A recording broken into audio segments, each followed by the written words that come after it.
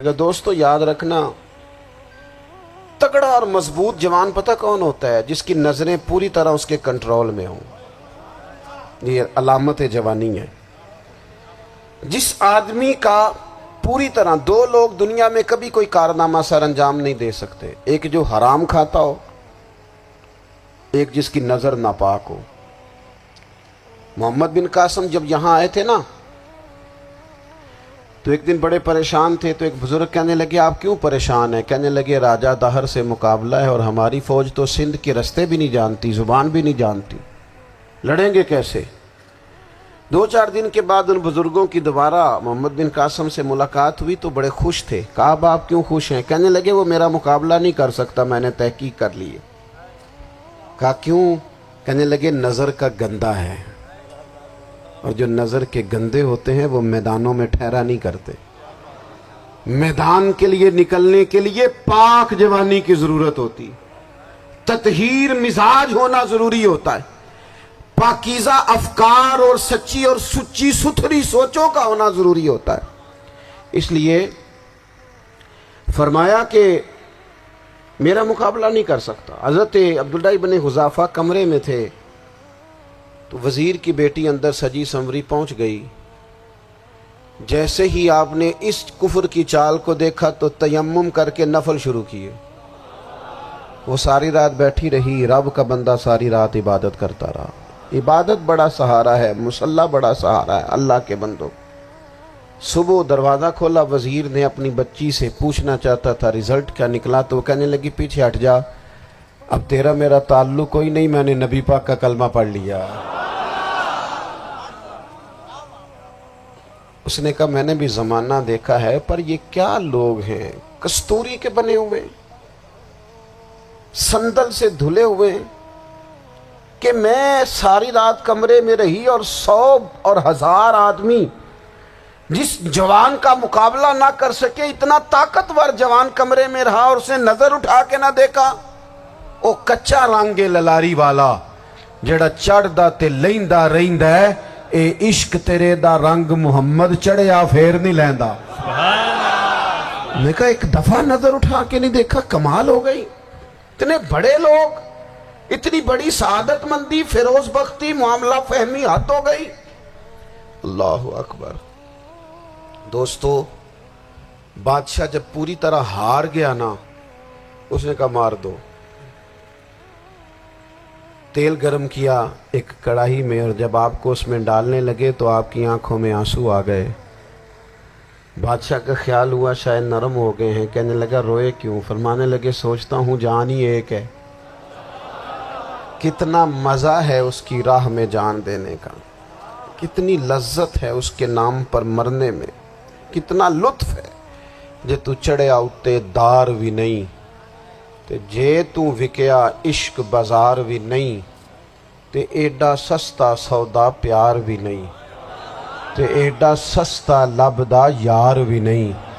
کئی جنگل گانے پیندے نہیں، کئی دوزخ لنگنے پیندے نہیں، جے وہ اس ملوں بھی مل جاوے ایدوں سستا ہور بپار بھی نہیں۔ تے کچھ سمجھ نہ آوے لوکانوں وہ کادے نال شہید کرے، ڈٹھی یار دے ہاتھ تلوار بھی نہیں، پر او دا خالی جاندہ وار بھی نہیں۔ کہنے لگے ایک جان ہے نا، تو دل کرتا ہے ہزاروں ہوتی تو ایک ایک کر کے محبوب کے نام پہ قربان کرتا، جب میرے پاس ہے ہی ایک، کروں کیا؟ حضرت عبداللہ ابن حذافہ رضی اللہ تعالیٰ عنہ جب روئے اور بادشاہ نے یہ بات سنی تو بادشاہ اٹھ کے کھڑا ہو گیا، سارے وزیروں مشیروں کو کہنے لگا تم نے کہا تھا نا بندہ ضائع کرنے والا نہیں، یہ بھی ضائع کرنے والا نہیں۔ کہنے لگا میرا ماتھا چومو، تم جیسے لوگوں کو قتل نہیں کرنا چاہیے، آزاد کرنا چاہیے۔ عزیز اپنی زندگی سے نا یہ بہت زیادہ ہرس، ہوس، طمع، اور یہ کسی بات کی بھی ہو، ہرس صرف پیسوں کی نہیں ہوتی ہے، شہرت کی بھی ہوتی ہے، یہ بیماری انسان کو اقتدار کی بھی ہوتی ہے، تعریف کی بھی بیماری ہوتی ہے، یہ سارے نقص ہوتے ہیں لوگوں کو، اور معاذ اللہ بعض جبوں کبوں کے اندر بھی ہوتے ہیں، وہاں بھی پنپتے ہیں۔ اپنی زندگی جب تک اس سادگی میں نہیں لاؤ گے جو رسول پاک نے عطا فرمائی ہے، جب لوگ آسانیوں میں پوری طرح الجھ گئے تو پھر وہ دور ہوئے اور کفر چڑھ گیا۔ دوسری بات، اللہ کے محبوب صلی اللہ تعالی علیہ وسلم کی محبت ہم سے تقاضا کرتی ہے کہ ہم اس مشن کے لیے کام کریں جس مشن کے لیے رسول پاک نے کام فرمایا ہے۔ ہم سارے کام بڑے مضبوطی سے، سوچ سمجھ کے، تدبر سے، حکمت سے، تقاضوں کو مد نظر رکھتے ہوئے کرتے ہیں سارے کام۔ دین کے کام میں ہمارا مزاج نہیں ہوتا، او ہو جائے گا جی، آپ بسم اللہ پڑھیں جی، شروع کریں جی۔ آپ تقاضوں کو سمجھیں، چیزوں کو دبائیں نہیں، چیزوں پر غور کریں۔ کسی کے ذہن کی سطح پر سوال ابھرتا ہے، اس کا تسلی بخش جواب دیں۔ اپنی زندگی میں دین کے کام کے لیے اپنے آپ کو وقف کریں، اور دین کے کام کے بہت سارے پہلو ہیں۔ ہزاروں لوگوں کو قرآن پاک ٹھیک پڑھنا نہیں آتا، ہزارہ لوگ ہیں جو قرآن مجید کے مطالب سے آگاہ نہیں ہیں، دین کی بنیادی ضروریات سے لوگ نابلد ہیں۔ میں آپ کو کس طرح یہ بات سمجھاؤں کہ ہزاروں کی تعداد میں طلاقیں اس لیے ہوتی ہیں کہ مردوں کو طلاق کے مسئلے نہیں آتے، انہیں پتہ نہیں ہے کہ مجھے حقوق زوجین کے معاملے میں کیسے چلنا۔ ڈھیر سارے گھروں میں تباہی اس لیے ہے کہ تربیت اولاد کا دینی منہج ہمیں نہیں پتا۔ اپنا حصہ ملائیں دین کے کام میں۔ ایک آدمی کو اگر تو نمازی کرنے میں کامیاب ہو گیا، تیری زندگی بدل گئی۔ وہ دین بیزار لوگ جو ہمارے بیچ بیٹھ کے ہماری نوجوان نسل کو پگڑی اور داڑھی کا نام لے کے بنیادی طور پر دین سے دور کرتے، ایسے نوجوانوں کو دین کا پیغام محبت دے کر دین کے قریب کرنا ہماری ڈیوٹیوں کا حصہ ہے۔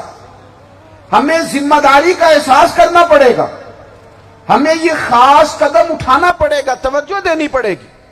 مساجد، مدارس، میں آپ سے عرض کروں، اتنی ڈٹ کے مخالفت ہوتی ہے نا مدرسوں کی، اتنی ڈٹ کے۔ میں ادارہ چلاتا ہوں، اس کے چلانے میں جو مشکلات ہیں وہ تو ہم بتا نہیں سکتے آپ کو، اس لیے کہ میری قوم، میرا اس قوم سے تعلق ہے جو نعت خواں امیر کرنا چاہتی ہے، مدرسے نہیں۔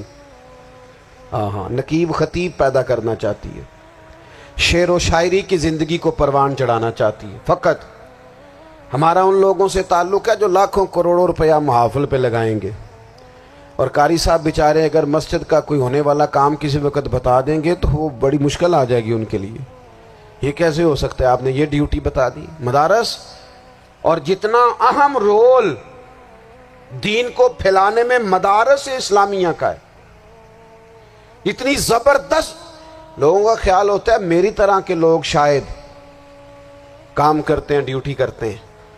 یہ 10-15 لوگ آپ کو نظر آتے ہیں جو آپ کو کہیں میڈیا پر یا ادھر ادھر ڈیوٹی کرتے، مخلص لوگ اپنی جگہ پہ، وہ بھی بڑا ہی کام کر رہے ہیں، جو میڈیا پہ آ کے بھی اخلاص سے اور درد دل سے کو دین کی، ان کی بھی کسی بات کی حوصلہ شکنی نہیں، لیکن ہزارہا اساتذہ جو مدارس میں بیٹھ کے پڑھاتے ہیں، جنہوں نے وہ سارے لوگ تیار، آپ سمجھ نہیں سکتے کتنا بڑا کام۔ حفظ کا استاد جو ہوتا ہے نا، اس کی ڈیوٹی 24 گھنٹے ہوتی ہے، فجر سے پہلے، اور اس نے بچوں کو اٹھانا۔ تنخواہ تو ہم انہیں دینا نہیں نہ چاہتے جی، تنخواہ نہیں دی انہوں نے، ہمیں مولوی امیر نہ ہو جانا۔ مولوی نو تے سوٹ بھی 27ویں والی رات دے ہے تاکہ کدھر سوان کے عید والے دن پا نہ لوے، چونکہ 27ویں تو بعد تے درزی پھڑتا ہی کوئی نہیں، کیوں حضرت؟ ایسا ہی ہے نا، اس وقت تو نہیں نہ لیتا، تو ہم چاہتے ہیں مولوی ہماری مرضی کے ہماری طرح کا سوٹ نہ پہن لے۔ مدارس کی مضبوطی آپ یہ دیکھ لیں، یہ صلاح الدین ایوبی کا تعلق بھلا کس چیز سے تھا؟